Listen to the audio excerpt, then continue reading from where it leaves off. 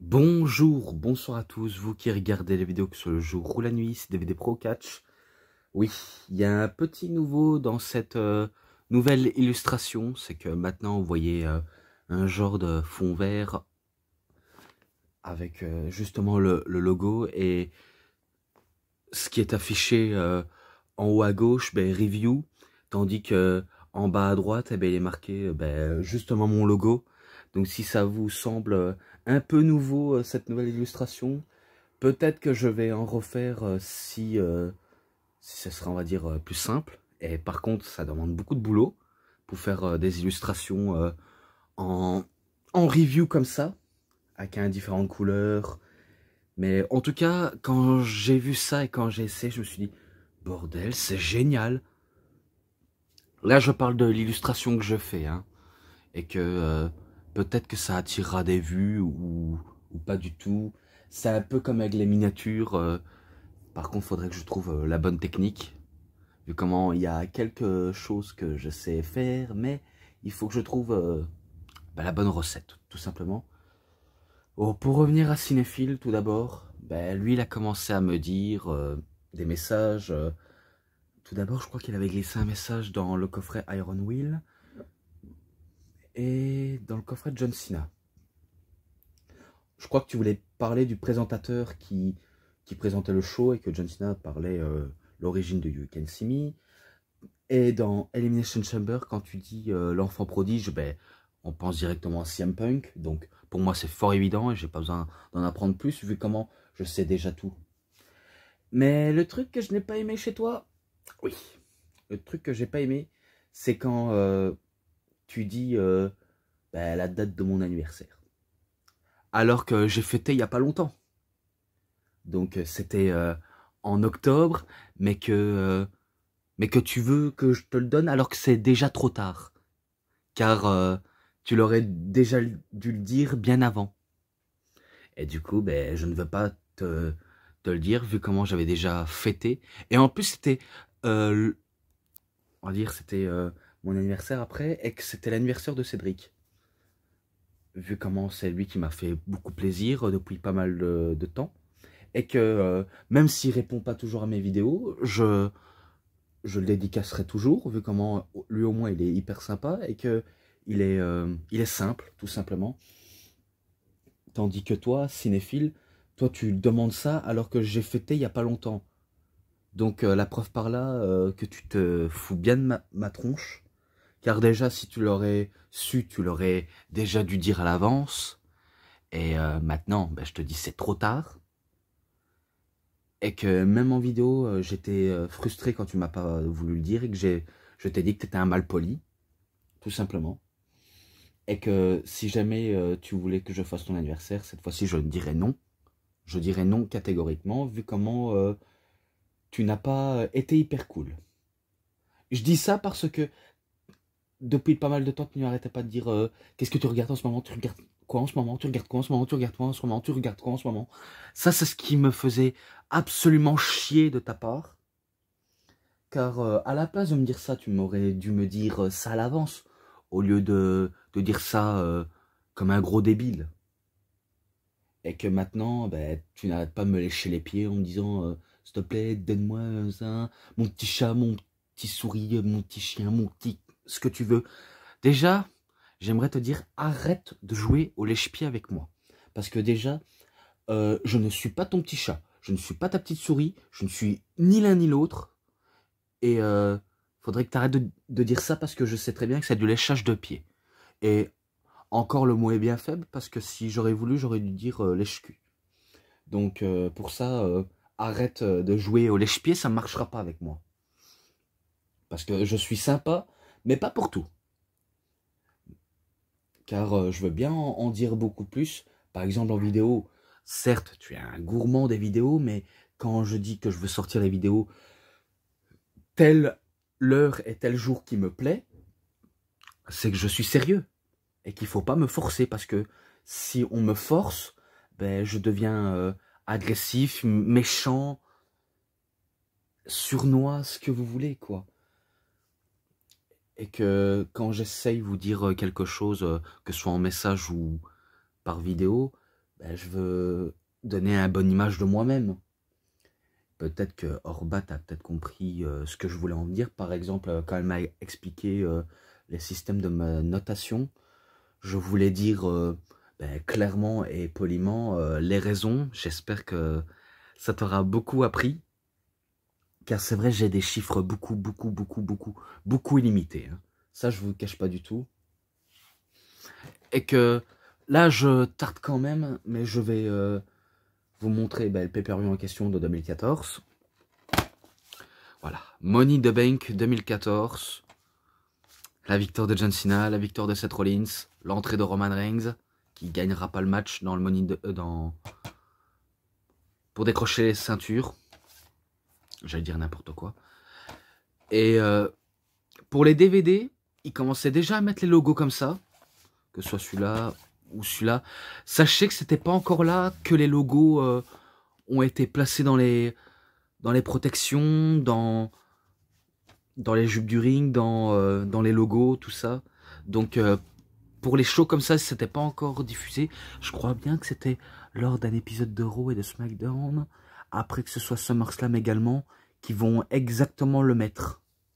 Donc c'est à partir de là où il y a modification du logo et auquel ils vont plus se détacher. Il faudra attendre pas mal de temps pour que le logo change. Derrière, bah John Cena qui fait un attitude adjustment sur Bray Wyatt, qui ne gagnera pas le match. Le match entre les Usos et les Wyatt Family. Pour le Money in the Bank. Stardust également. En bonus. Du kick-off. Ah ouais. Daniel Bryan interview. Donc ça c'est quand il se fait interviewer comme quoi il met ses 2 titres vacants. Bien avant, hein, mais peut-être qu'il réagit au vainqueur du match. Pour les titres mondiaux, hein. Donc c'est peut-être pour ça. Mais bon, passons à la carte principale du show. Allez, s'il te plaît. Où est-ce que t'es, toi? Où est-ce que t'es? Ah, il est pas si bien loin, même si il me semble qu'il s'est échappé, mais je le retrouverai. Attendez. Ah ben voilà, voilà, je suis. Donc, pour la carte. Tout d'abord, ben, le kick-off, ben, c'est le match entre les Usos et la Wyatt Family, donc Eric Rowan et Luke Harper, pas Bray Wyatt, parce que lui, il participe au main event. C'était justement pour les titres par équipe. Ils étaient chauds pour capturer les titres Eric Rowan et Luke Harper, mais l'horreur n'était pas encore venue pour eux. Donc c'était pas l'heure pour eux d'être champions, car les Usos veulent à tout prix garder l'image de champion face absolument cool et amusant, et hack flyers, tout ce que vous voulez, pour garder une bonne image d'un bon champion. Et qu'il y avait pas mal de bons échanges, mais qu'à la fin, faut pas déconner du tout, c'est une victoire des Usos. Je crois que c'est Jimmy ou Jay qui fait le tomber sur soit Harper ou Rowan, avec un splash, tout simplement, sans trop de dire beaucoup plus, tout simplement. Je vais commencer la victoire des Usos. Je leur mets, allez, 3,20 pour ce match-là. Match pour le titre simple des Divas. Donc Paige contre Naomi, accompagné par Cameron.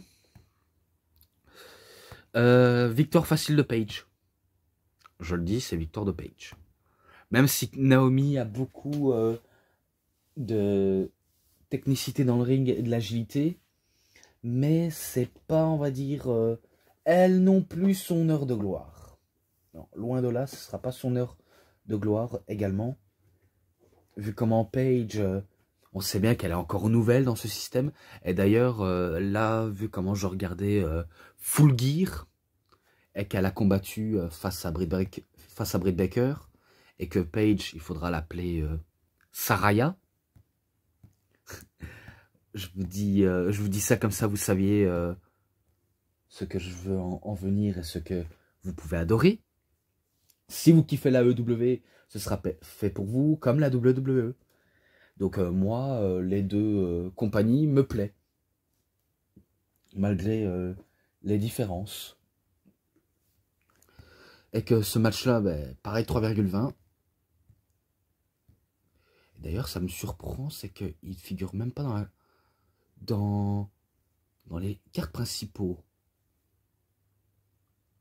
Ah, en fait, il y en a 3, en fait. Putain. Mais pourtant, je croyais que c'était la carte principale. Hein.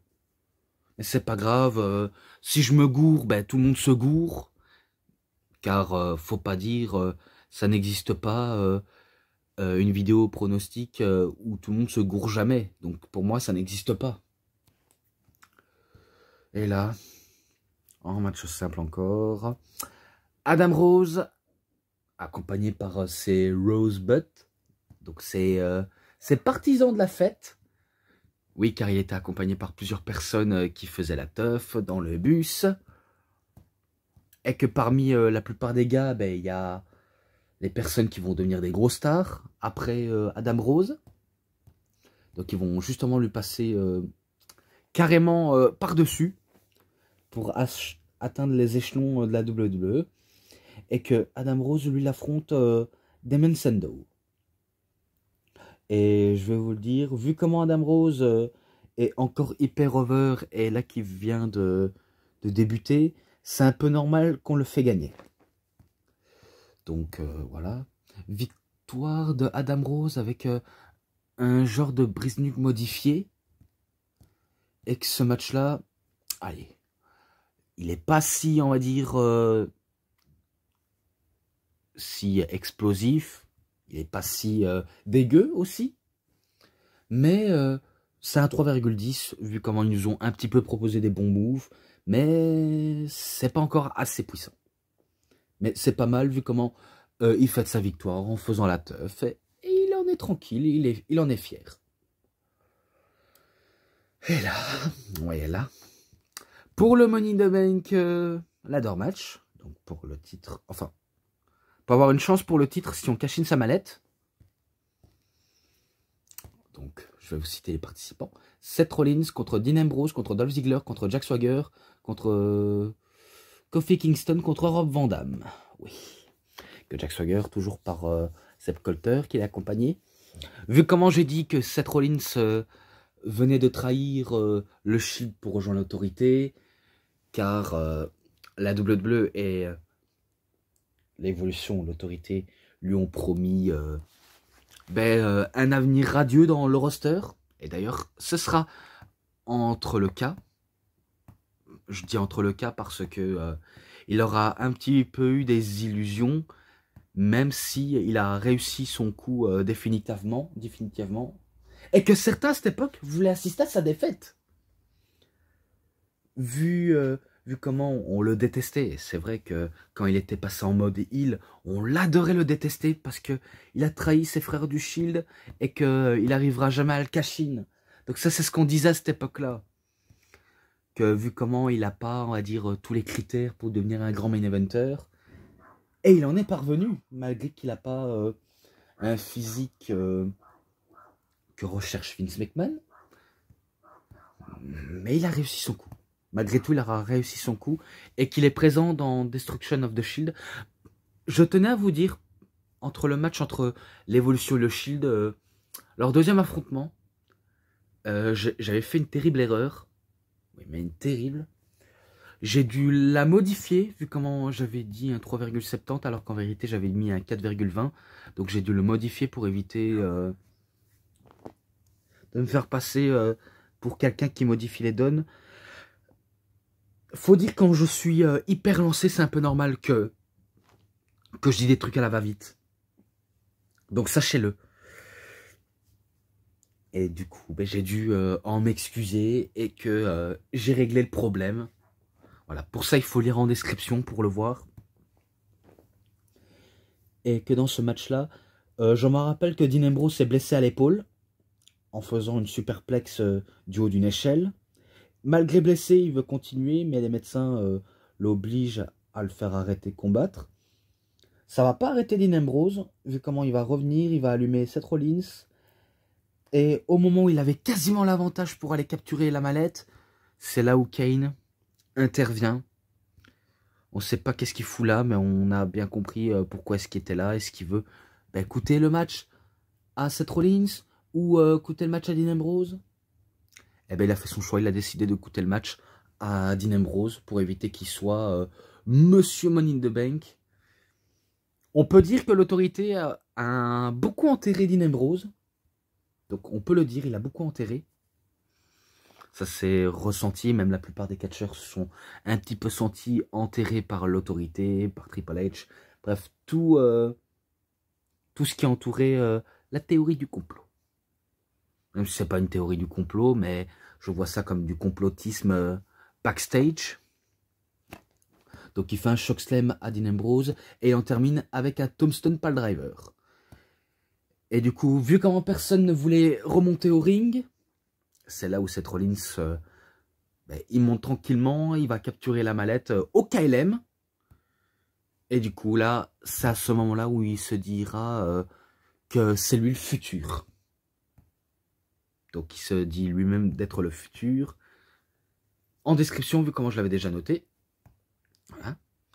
Un match par équipe normal.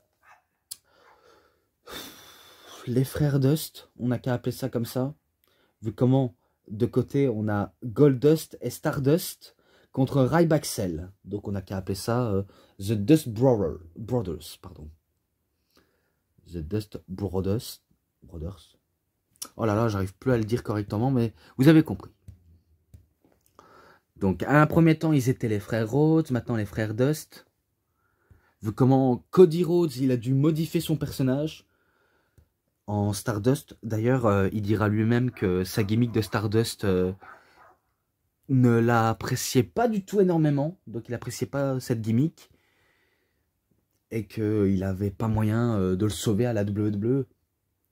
Car après, on sait qu'il va partir de la WWE pour des différentes fédérations auxquelles il est passé, auxquelles il va devenir plus fort, jusqu'à construire la EW et de revenir plus fort à la WWE.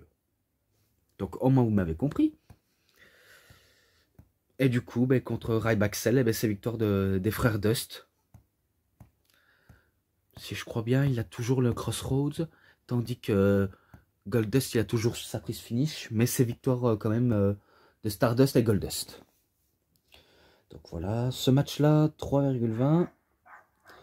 Et là, un rematch, encore un rematch, entre Rusev contre Biggie.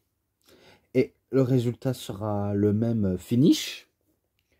Et que Lana fait toujours l'introduction pour Rusev en disant « Levez-vous, Américain stupide, et venez présenter votre respect et saluer Vladimir Poutine !» Donc tout le temps, hein. Donc ça, je me rappelais, à chaque fois, elle mettait une photo de Vladimir Poutine pour qu'on lui doit du respect.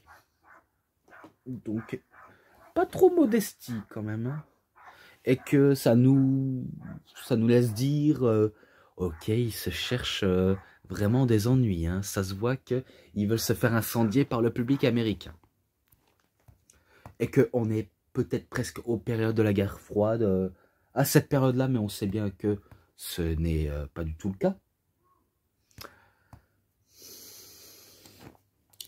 Donc, vu comment Biggie, il arrive toujours avec le drapeau américain, malgré qu'il a perdu une première fois, il veut se relever de cette défaite.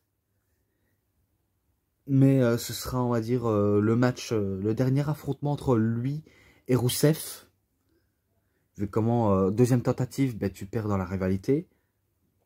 Et pour Rusev, ça tourne bien. Vu comment il arrive, il détruit tout le monde. Il gagne en domination. Personne n'arrive à le dominer. Franchement, qui va le battre? On se demande, mais qui peut le battre? C'est la bonne question. Eh résultat, personne. À part un seul homme, et non le moindre. Vous savez qui c'est, j'ai pas besoin de vous en dire plus. Mais bon. Donc, après un match kick sur Biggie, même si Biggie, il a beaucoup se défendu dans plein match, que ce soit qu'Inspire entre les cordes, que ce soit des belly to belly over the head suplex, des frog splash en courant à la manière d'Ultimate Warrior, tentative de big ending, mais il se prend un match kick une nouvelle fois. Et Rusev écrase avec l'accolade, donc le camel clutch, et il bat justement Biggie. Oui. Donc ce match-là, allez, 3,5, je lui mets un 3,5 quand même, car j'ai bien apprécié. Et après, plus que 2 et c'est terminé. Étonnant. Donc match simple encore une fois, mais des divas. Avec Fan Dan Go en tant qu'arbitre spécial. Pour faire le match entre Summer Rae et Layla. Donc il est là pour arbitrer le match entre les deux filles.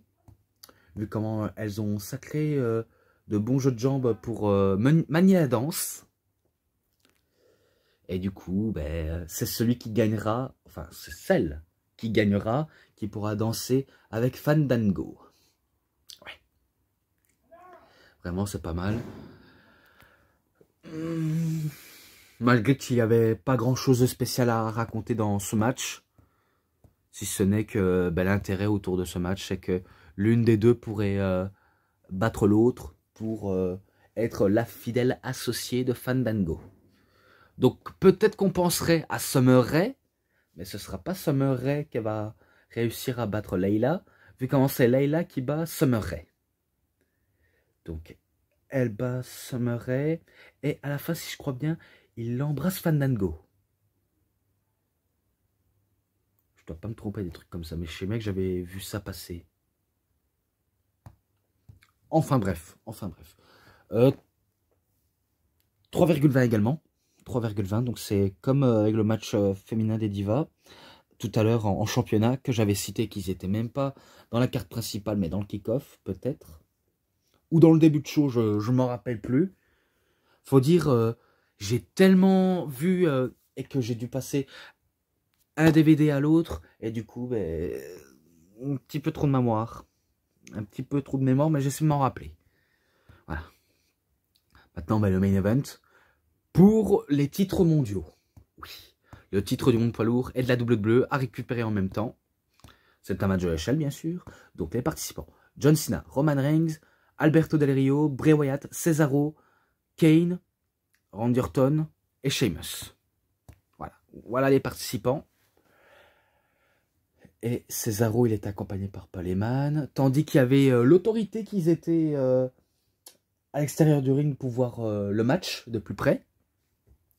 Donc eux, bien sûr, ils s'attendaient à une victoire de Randy Orton. Ça ne va pas le faire. Non. Ça ne va pas le faire du tout. Et que je m'en rappelle, durant le match, il aura saigné, mais du front, suite à un coup d'échelle qu'il a reçu en plein dans le crâne. En plus, c'était une échelle qui était tombée par accident. Donc il n'a pas vu venir et il s'est fait cogner la tête. Tandis qu'il y avait pas mal de prises finish. Hein. Prise finish de Bray Wyatt avec un Sister Abigail sur John Cena. Vu comment on se dit que John Cena, c'est un peu le point culminant à récupérer le titre. Et qui pourrait remporter le match également. Un coup de manchette porte européenne de la part de Cesaro. Un chokeslam de la part de Kane. Un RKO, un spear, un brogue kick. Bien sûr, différents versos de catcheurs. Hein. Donc je ne vais pas vous citer les noms qui aura subi les finishes de l'autre. Car je me rappelle qu'il y avait des RKO, des spears, des Sister Abigail, des brogue kicks, des chokeslam. Même des Cesaro swing également. Cesaro swing. Peut-être un neutralizer, mais ça j'en suis pas sûr. Et un cross breaker running exugiri de la part de Alberto Del Rio. Et après un long match farouche qui aura beaucoup bien durci la chose. Oui, beaucoup durci la chose. Et ben c'est victoire de John Cena. Qui, si je crois bien, il fait un attitude adjustment sur Kane, après sur Randy Orton alors qu'il saignait du front. Et que c'est là où il va capturer les ceintures. D'ailleurs, on voit bien dans cette image-là qui récupère les ceintures. Donc si je crois bien, il était déjà à 15 titres mondiaux. Oui, c'est ça, il était déjà à 15 titres mondiaux. Vu comment avant, il était passé à 13 titres mondiaux, à 14 titres mondiaux. Et maintenant, c'est 15 titres mondiaux. Donc il aura beaucoup presque égalé le record de Ric Flair, mais qui va venir en 2016. Enfin, non, pas 2016. 2017, pardon. Ça sera arrivé en 2017. Mais ça, c'est une autre histoire. Vu comment, vous le savez bien, j'avais déjà fait des reviews sur les DVD consacrés à John Cena. Si vous aimez ou non, mais je l'ai fait par bon cœur. Étrange, ce match, il me dit que je ne l'ai peut-être pas noté. En tout cas, si je ne l'ai pas noté, je me suis dit, mais what the fuck? Il est forcément que je dois noter, mais de toute façon, c'est pas la peine. Je vais le noter, vu comment je vois qu'il n'apparaît pas dans d'autres DVD que j'ai cités. Ouais. Je lui mets un 3,70. Là, c'est un 3,70, car pour moi, le main event était bon, malgré le nom du vainqueur. Ça va peut-être faire gueuler, mais moi, j'ai bien apprécié. Donc, c'est victoire de John Cena, malgré tout. Et voilà, ben, j'en ai fini à en parler des matchs, vu comment c'est le dernier. Pour ce qui est les matchs, les bonus, les segments promo, et l'ensemble, et un peu des interviews aussi également, je lui mets un 4,10. Je mets un 4,10, tout simplement. Ne me demandez pas pourquoi, c'est juste que j'en ai décidé, quoi. Donc la plupart des notations en termes de chiffres de match, je les note comme ça si ça leur va ou pas du tout. Donc c'est un peu pour ça. Si vous me dites que les chiffres c'est un peu trop abusé ce que je mets, je sais, car les temps passent, enfin les mois passent et j'ai l'impression qu'on m'avait beaucoup trop vu. Et que j'ai pas envie de vous saouler à ce point-là, mais au moins vous m'aurez compris. Donc, comme je disais tout à l'heure, cette review est terminée, c'était DVD Pro Catch. Et si vous avez aimé cette vidéo, vous savez ce qu'il vous reste à faire. Likez la vidéo, commentez, partagez, abonnez-vous à ma chaîne, cliquez sur la petite cloche pour avoir plus de notifications des prochaines vidéos. Et moi je vous dis bonne journée, bonne soirée à tous. Au revoir tout le monde pour une prochaine vidéo. A plus à tous les fans de catch.